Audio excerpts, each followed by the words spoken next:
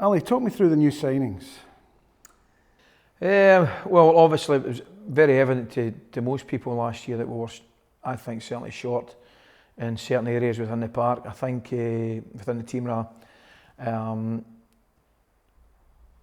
season last year, the pre-season last year, was without doubt anything but ideal. Anything but ideal in terms of getting players in, having practice games, looking at players that we had to patch together to get a side that would effectively go on and win the league.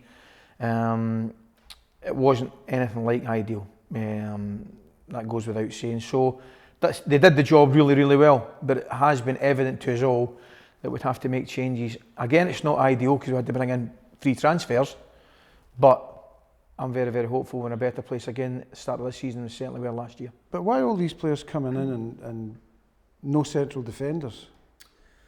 Well, contrary to what a lot of people might think, we have been looking at central defenders. Of course we've been looking at central defenders.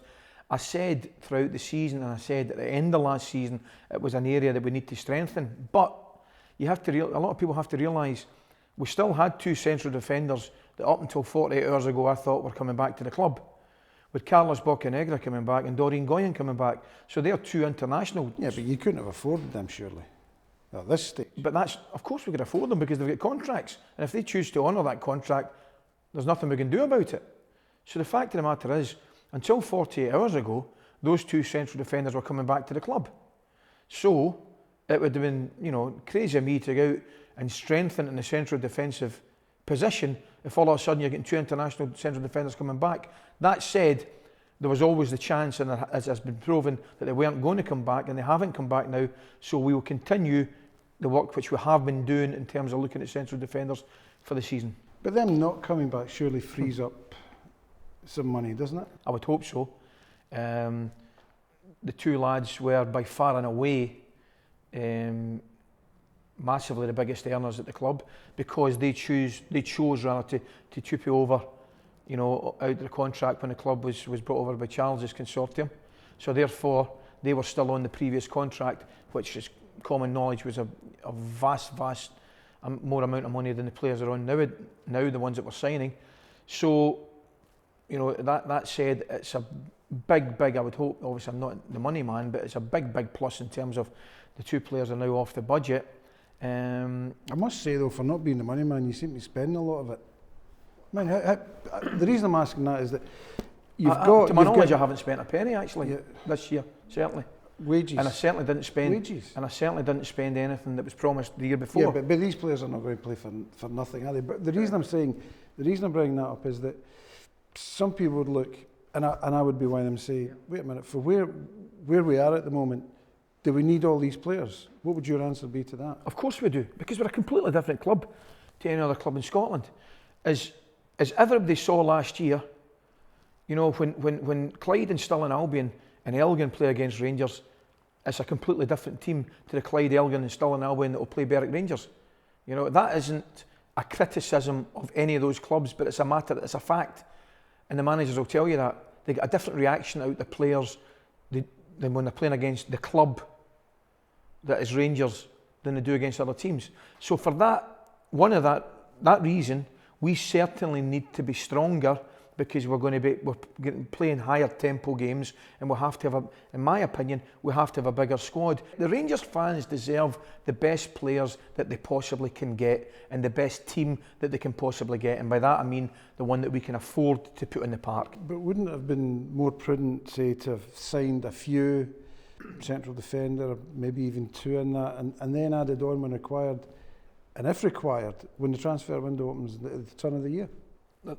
The one thing about managers, especially the Rangers manager, with the greatest of respect, you're not really in a position, you're never in a position to long-term plan. Of course you can do that, but the bottom line is if I long-term plan and take my eye off next week, I'm not here. It's as simple as that.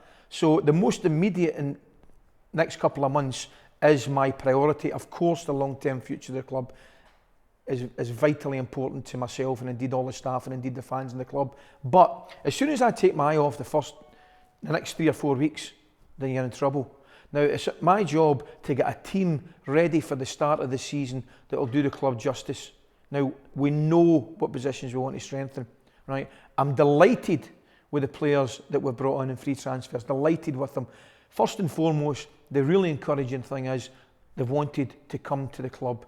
They've shown an enthusiasm and a desire to come to this. Why would you not? I say to them, but they have, and they should be applauded for that. Now we have to channel them into a team that can be stronger than last year, get the same results than last year in terms of winning the league, but push on again and have better consistency. Do you accept that the modern manager, if you like, has to bring in players with possible sell-on values rather than, you know, pack your team with players who, well, they may be good and experienced and will guaranteed to win a title, but have no future transfer value? Do you have to juggle the two? Of course you've got to juggle the two of them. But again, unfortunately for this club, we're in a unique position. Because in an ideal world, we'd be able to go and get the best youngsters, right, from all over the world. And those days will come again. There's no doubt those days will come again.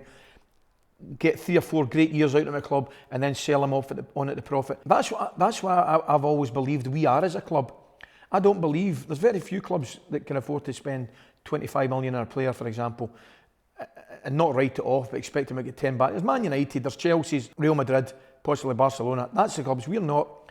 I've always said that I see us as a sort of Porto, as an Ajax, you know, those kind of clubs, Benfica's, who can get young talent from all around the place, have 3 or 4 great years out of them, compete obviously at your own level, compete in Europe, but run a financially sound business.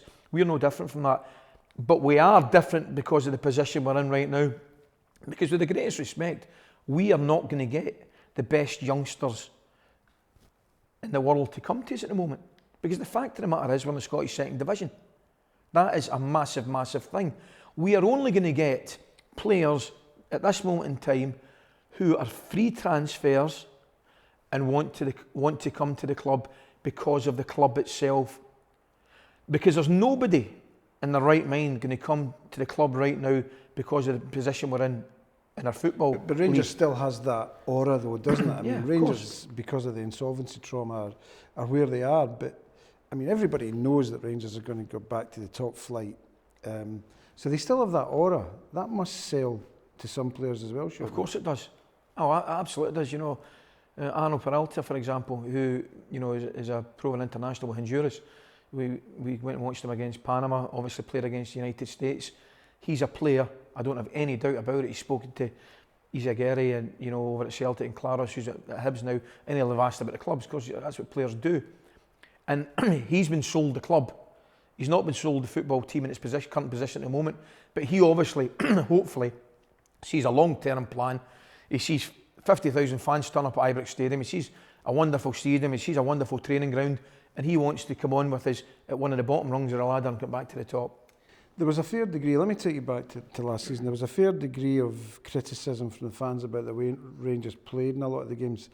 Were they justified in complaining about that? Listen, fans are always justified to have their opinion. Of course they are. That's why it's our game. That's why we love the game. Do we agree with everything everybody says? No, far from it. But there's no way I'm going to sit, I'm right and wrong and everything. We had some fantastic performances, great level of performance. Motherwell in the Cup was probably our best, with performances throughout the season that, in my opinion, were not nearly good enough. Whether I like it or not, that's been the same for Rangers teams, you know, the last 140 years, and it'll probably be the same for the next 140 years. You'll get differences in opinion. I totally agree and take on board that some of the levels of performance last year could have been a lot better. Are we being too simplistic when we say that Rangers, just with the wage bill alone, should be running part-time teams off the pitch? Is that too simplistic? It's far too simplistic. Of course it is. Absolutely simplistic, because probably the best way I would put it is we effectively are playing a cup tie every week. Now, there is absolutely no doubt about it. In cup games you get shocks. Of course you get shocks. But, and I've touched on it earlier, when we're playing a team, for example, in the third division, their managers tell me, you know, that their treatment rooms are empty all week. You know, and they're scraping their boys off the ceiling because they want to play. Now, that is a fact. And I pointed out as also last season, two results that hit home, maybe not best results, two results that hit home for me last season of where we were and who we were playing against and how difficult it was. Celtic played Arbroath in the Scottish Cup, drew with them at Parkhead, and then in many people's eyes, were fortunate to win 1-0 up in the next game, up at Gayfield. Now, believe me, that is not a criticism of Celtic, far from it. It's actually a pat in the back for a Broth, because all of a sudden Broth, who are in that particular time playing the second division, can raise their game there to go and get a draw against Celtic. And that's what smaller teams do. If it was as easy as turning up, it would just happen. It's never been the case before, and it won't be the case again. But again, it seemed to a lot of fans, and certainly in the media, but there were a lot of Rangers fans included, that they felt fitness was a problem here, because they looked at some games in the late stages, latter stages of those matches, where the opposition looked to have more energy than Rangers. How would you explain that? Well, I wouldn't agree with it straight away, because in explaining it, I wouldn't agree with it at all. See, when results don't go your way, and there's one or two things, people will look for reasons and say, that's that, fitness is this, that's the next thing. There's and not agreeing with it straight away, I would say, whenever the pre-season training schedule last year, with 6 players turn up, with boys turn up, we're playing trials, so we had nothing like the level of fitness training. We couldn't play a pre-season game. But it would still have been better than the pre-seasons that a lot of the teams you were playing against would have had. I'm not necessarily sure that would be the case. But they're part-time, they can't go and do double sessions. See, I don't buy that part-time, because... Well, explain then. Well, I'll explain to you. The gulf between part-time and full-time in modern-day football is minimal compared to what it was years ago. See, when it was years ago, for example, when I played St Johnstone as a 16-year-old, you train on a Tuesday and a Thursday, and that'd be it. You got boys who go in for their work, we do a wee bit of training on a Tuesday, Thursday they do a wee bit of shooting, because, see, nowadays, for example, Queen's Park are one of the fittest part-time teams I think I've ever seen, because the level of fitness, boys now take a far greater respect in looking after their bodies and being fit and wanting to give it their best shot, because it's not part-time football as it was 20 years ago. It's no boys turning up at the end of their career overweight, and it's no young lads that never made it, going down. It's guys that are possibly looking on it as a second chance or indeed a first chance, and it's guys that are working their way down that still have got great pride in the way they look after themselves and the way they've been looked upon as professional football players. The gulf now between part-time and full-time is nothing like what it was, far greater years ago. Have you had cause to examine the regime at Murray Park? Because the reason I'm asking is that a couple have been brought in. You've got a new fitness coach for a start. Yeah. Was that because you felt something was amiss? Well, we could definitely have been fitter last year. There's no doubt about it. I didn't say it was a lack of fitness. So I was right? No, you said you were unfit. I said we could have been fitter, but there was a reason for that. Now, Adam has moved on to Sheffield United with Big Davy, and he goes with our best wishes. But even before Adam had gone, I'd spoken to Adam towards the end of last season and said, this pre-season, I want the boys in tip-top shape for the start of the season. They're going to be working their socks off. There's going to be as high a level of fitness as we can possibly achieve in the team. Because I'm of the opinion we'll be better footballers than the teams in the league. So therefore, if we're fitter on them as well, it should be another bonus, another tick in the box. So all these things, we brought in Jim Henry, who I've known for a long, long time. Jim's got a great record and very well thought of indeed in footballing circles.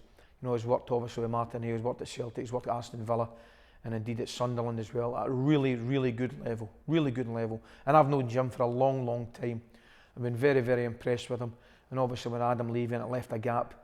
And Jim has come in, and I've got to tell you, in the week that he's been in, I've been really, really happy, and we've all been really impressed. And most importantly, the players are listening to him and taking on board what he's saying.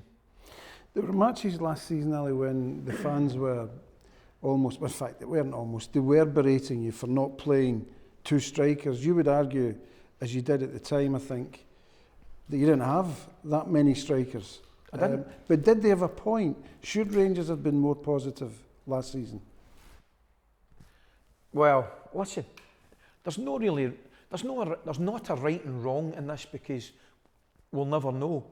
But the fact of the matter is, we didn't have two strikers. Kevin Kell was injured, and I actually still don't believe that I'm not convinced Andy Little's best position is striker. I think Andy Little's one of these players who'll get his goals, numerous goals, but he'll get them from the right, he'll get them from striker's role, he'll get them from off the front, he'll get them from the left-hand side. But Andy was injured, Kevin Kyle was injured, Lee McCulloch was injured.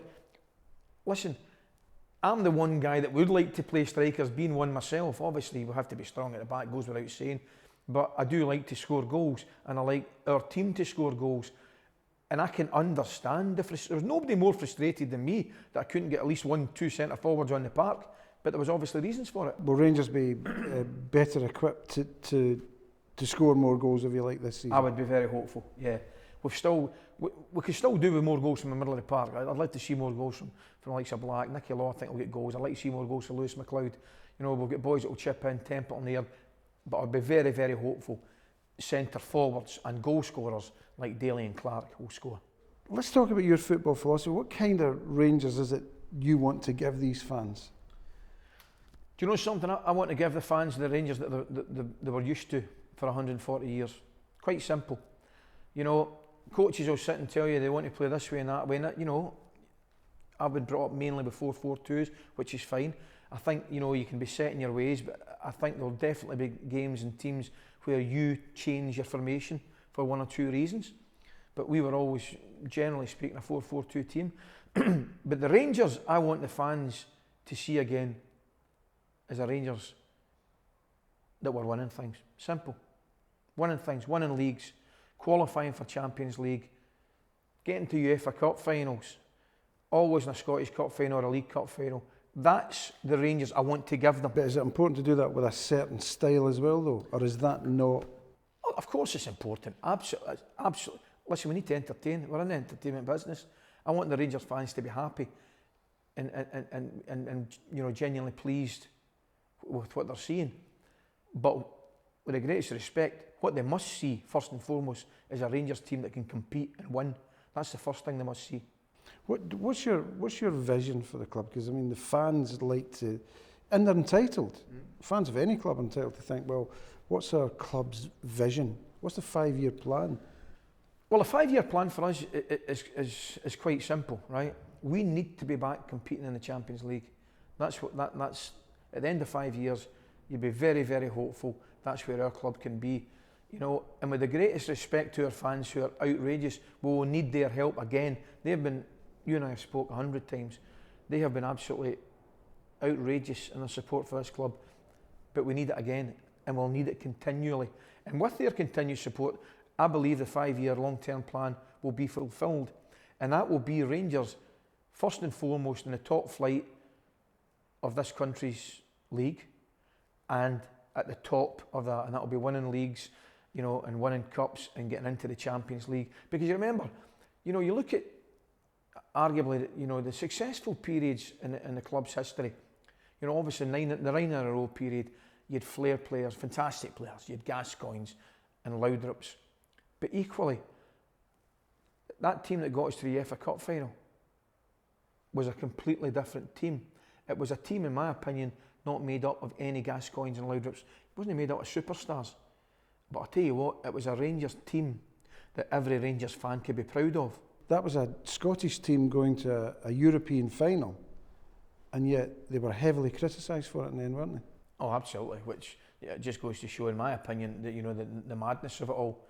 You know, I think the criticism, not even now, but see in 5-10 years' time, people will look back on the achievement of that team. I mean, that was an outrageous achievement, really getting to, you know, look at some of the teams, because it was nothing but hard work, spirit. It was the spirit of that team got Rangers to the final. There's no doubt about it. You know, I think we scored 1 goal against Lisbon, obviously a couple against Bremen. We didn't score against Fiorentina, I don't think. You know, we were fighting, we were hanging on, we were defending for our lives, and we were taking the chance when we got it. And you know something? I don't think this is a crime, and I make no apology for it.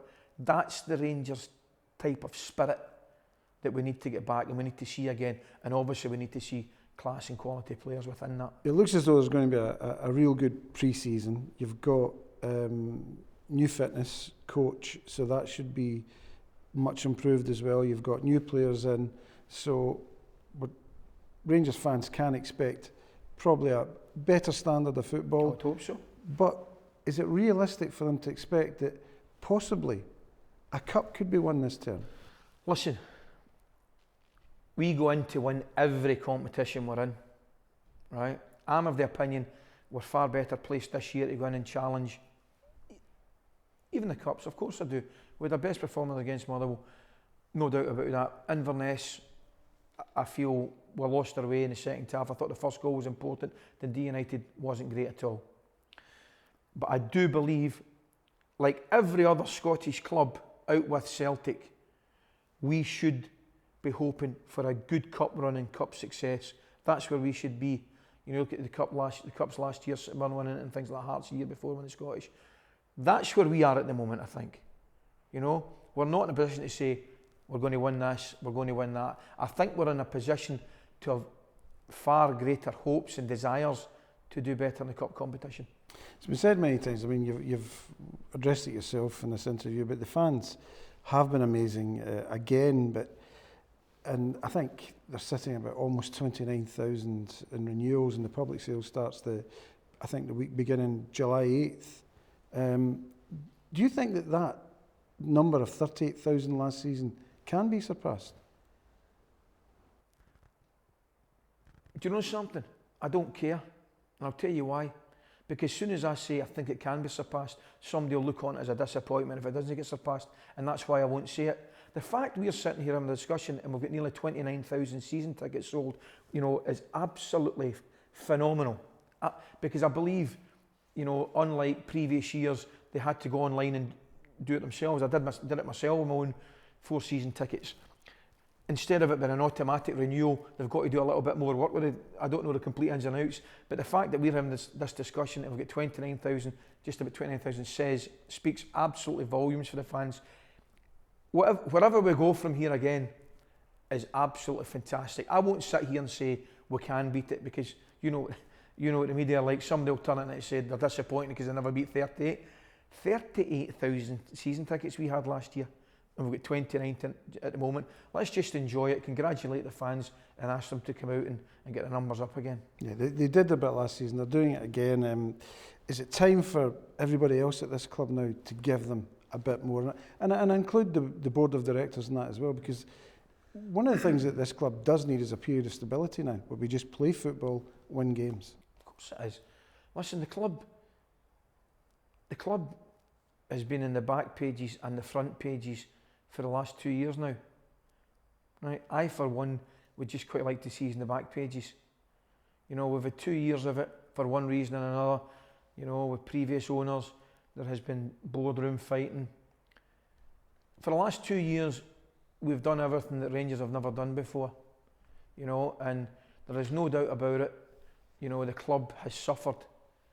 The people, you know, within the club have made mistakes, and you know, and probably let the club down. I don't think there's any doubt they'll let the club down. We need to get back to where Rangers have always been. We need to get our standards back as high as they once were, and we need to get back on the back pages. There are still quite a few people out there, though, who are still having a fair kick at this club, aren't they? I think it's gratuitous now. Does that bother you at all? No, it doesn't, not the slightest. You know, it probably,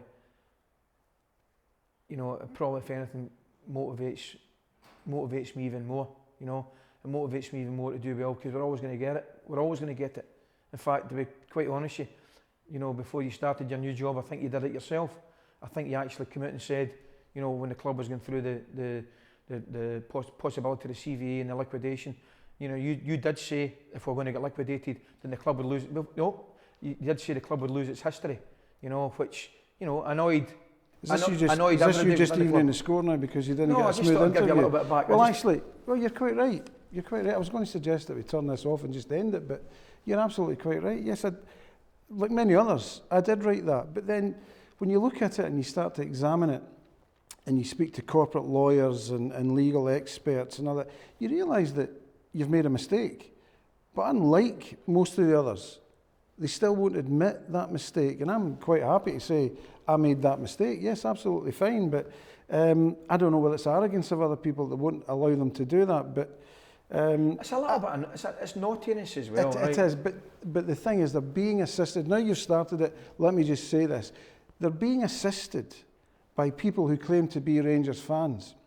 Now, their actions suggest otherwise, you know, and there are still too many people out there in the main street throwing stones at the front windows at Ibrox. And it really has to stop. And they are being assisted by people who claim to be Rangers fans, and it's not right. And some of us know who they are, actually. But I would tell you this, I would say this, actually, that some of the attacks, in fact, let me just say, just for the record, now that's important, for the record, there are people... Have I wound you up a little bit here, Benny? There are people, and their attacks are malicious, downright vindictive, and there will be a day of reckoning. Of course it will. You're 100% right, but... I'm getting carried away, No, but I'm getting angry. But see the day of reckoning, and it will come. All I would ask for, that we handle it with the same class that we've handled the last 140 years, apart from the last 2, because the Rangers fans, the one thing that they do deserve, and I've said it on numerous occasions, they deserve honesty from the club, and they deserve stability within the club. And that's the 2 things that we've got to get. And I would add to that a couple of things. They deserve the club to back them up, actually, because the way they've backed this club is phenomenal. Ally McCoist, he's a vision for the new season. Good luck. It's just one more step along the journey back to the top. Bring it on. Thank you.